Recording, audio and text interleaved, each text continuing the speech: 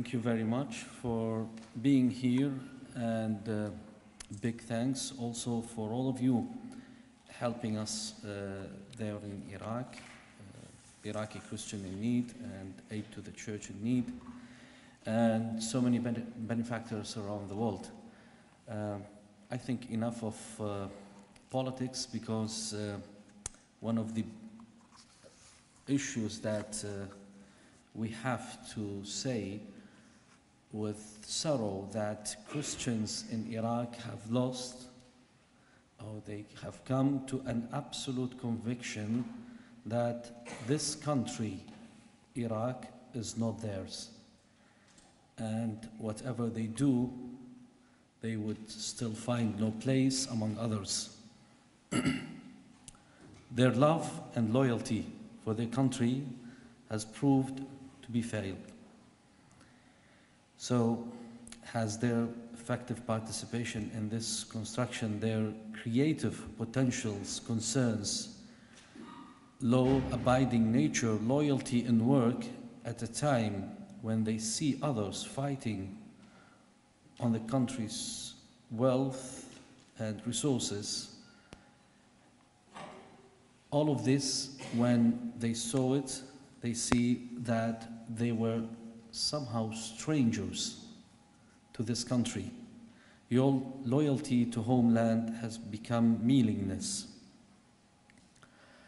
Unfortunately, when Christians of almost 20 centuries living in a home like or in a country, and at the end they got nothing, in fact being forced to leave their homes, works, and if you just consider it the last 100 years, the Christians were forced to leave their villages and homes 3 times. I have in Ankawa some families who were forced to leave their homes 3 times. They were in Zaho in the 60s, and they were forced to leave their villages. They went to Mosul and Baghdad to start again, and then after 2003 they were forced also to leave Baghdad and Mosul and go back again, go to Qaraqosh and Karamles and Al-Qosh and start again. And in August they've lost again everything. So you could imagine the sufferings, and people would definitely think that this country does not like us. But still, there are people who would like to stay. The work of the church, of course, was on humanitarian side. Thanks God and thanks to you that we were able to help. We were able to help. Out of 125,000 Christians who were received in Duhok and Suleymaniya and Erbil, at least 20,000 have left.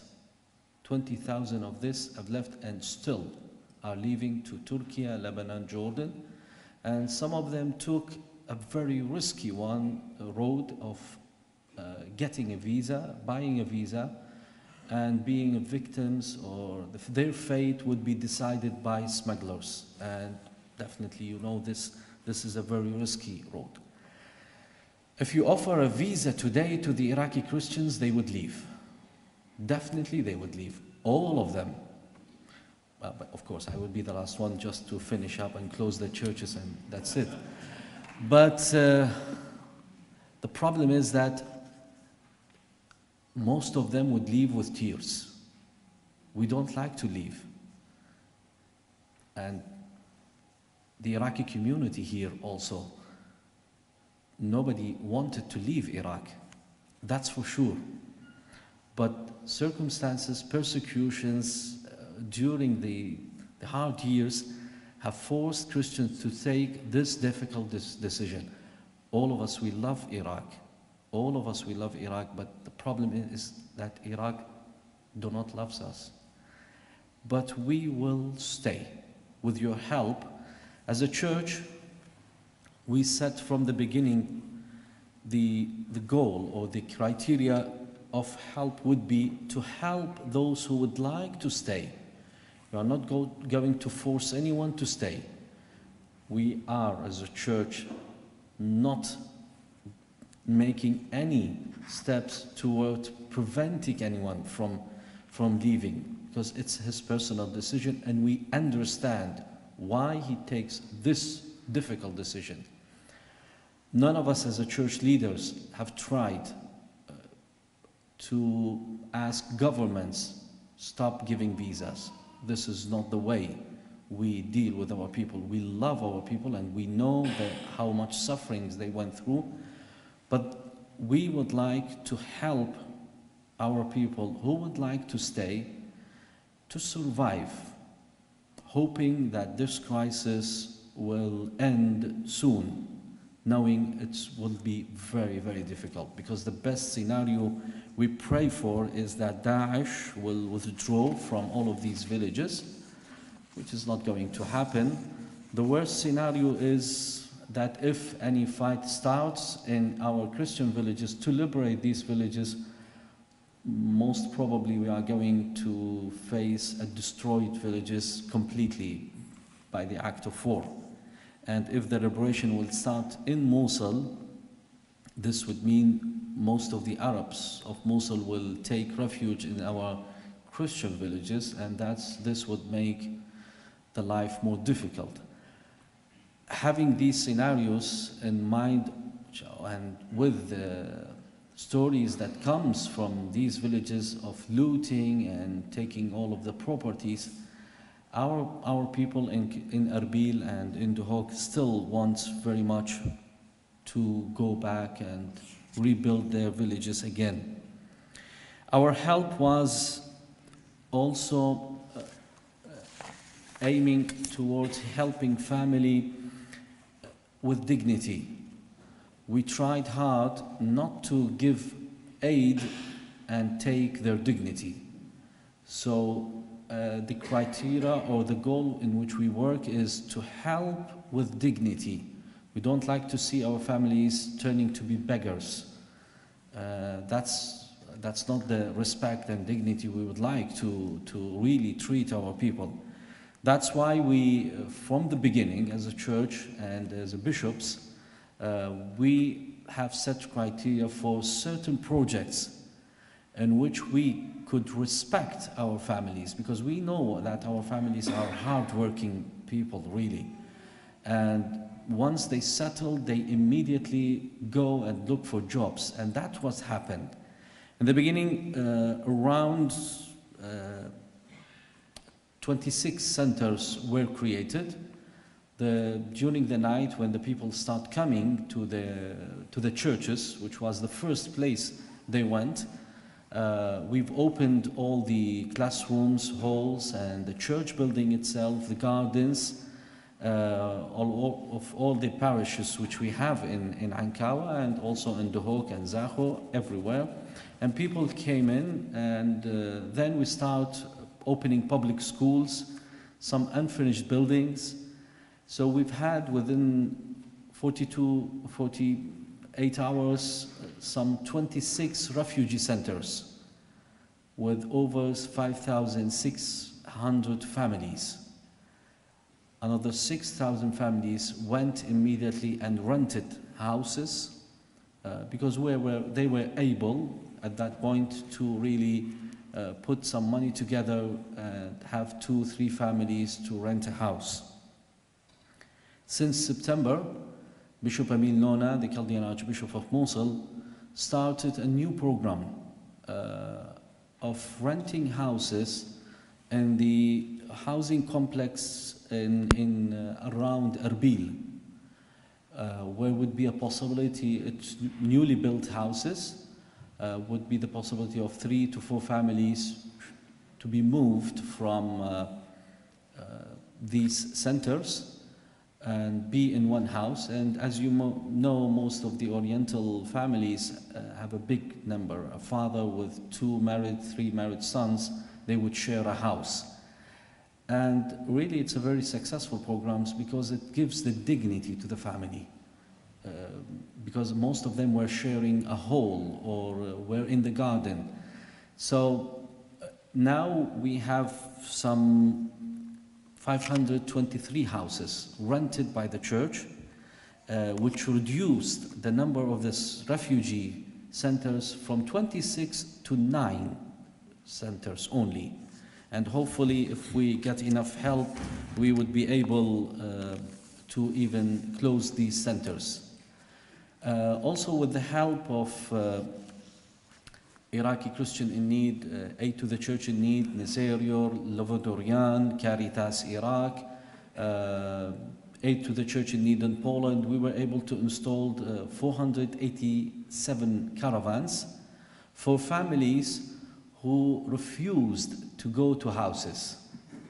One of the issues that this crisis have shown us that people start looking for social security.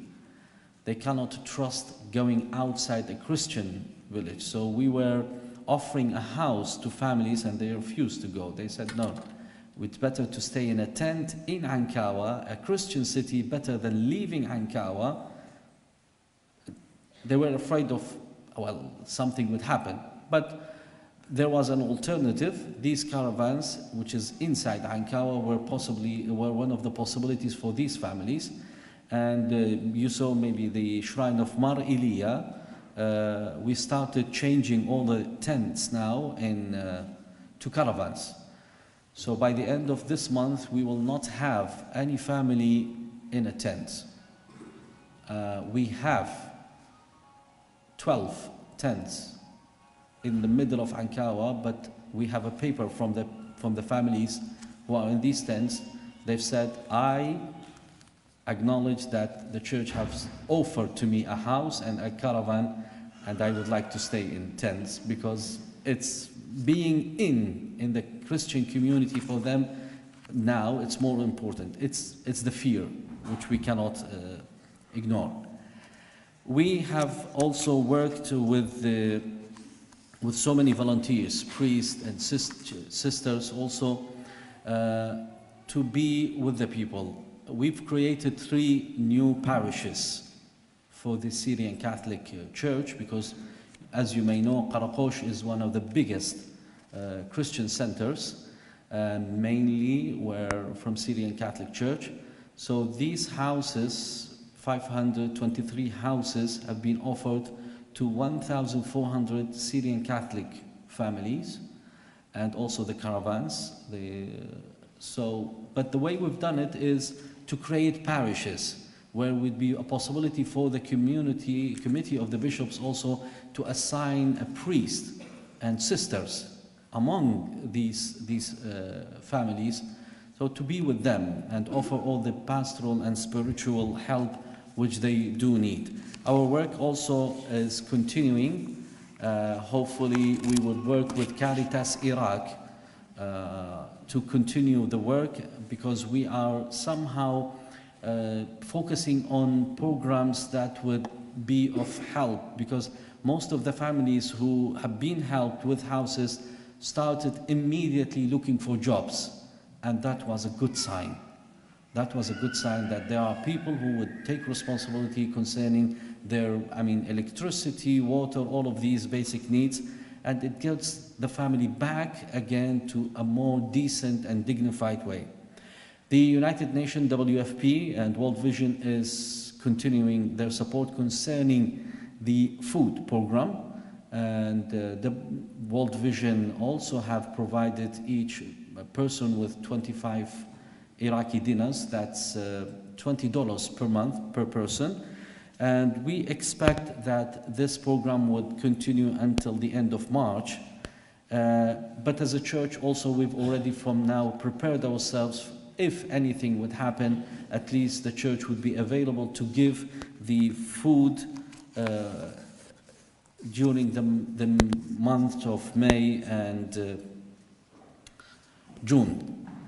The problem of public schools is still continuous due to the fact that there are still 5 schools occupied by the IDPs. As he's mentioned, that 8 schools were to be built. 2 of them already started, and at the end of this month, another 2 schools will be operating. and this will give us a good chance that all our families and the children of the IDPs, internally displaced people, will go back to the school. This is the way that, the spending that we have had, the housing supplies, the transportations, maintenance. It's one of the biggest needs, because the committee is responsible for all these 26 and now 9 centers. These centers needs always maintenance, which became really expensive. Medical treatment, and on that we have now 3 clinics which offer a free service: St. Joseph Clinic, Montishboni Clinic, Noor Clinic, and 8 Iraqi Christian in need recently also have donated to those 3 clinics, because the most difficult things we have now is providing medicine for chronic disease. The government is not offering anything, so we are the ones who are helping. Food supply, and you see it's not a big amount, because we have so many also organizations are giving this, but we are prepared. If anything would happen, usually we will be there. Renting, and it's getting expensive, because every month we pay some $100,000 for all these houses, and we would like also to increase this. That's just give you also another look for the spending. Maintenance is still, food supply and renting. Donations sent to the Iraqi Christian Aid, which is a committee of bishops responsible for this, came from Apostolic Vicariate North Arabia Port, from Asia News, which they have started a campaign since the beginning of the crisis, and almost every month we have a donation from them. The Chaldean Diocese of St. Peter in Canada, in USA, Church in Need, plus there is another big donation for the 8 schools. Is not being mentioned this here because it was a separate project, and there is another separate project of installing 150 caravans. It was implemented already. Caritas Iraq, Caritas Italy, Congregation of the Oriental Churches, Coptic Bishop in Iraqi Christian in Need in London, Italian Bishop Conference, Lovedorian, and others, a total of 7,620,000.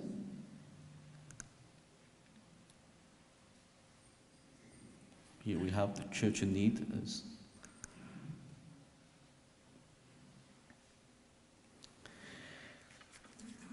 And of course, they are copied of this, all of these, at the end of session.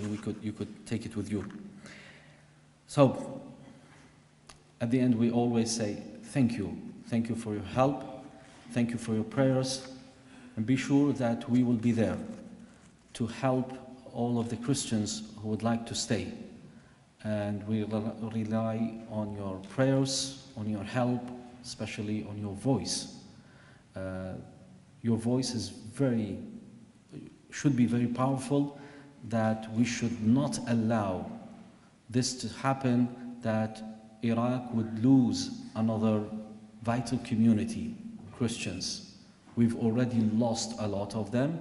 Nobody have said a word, but in the midst of all these political conflicts, please do not be silent. Speak and use all of the network of relationships that you have to help and to be a voice for your brothers and sisters in Iraq.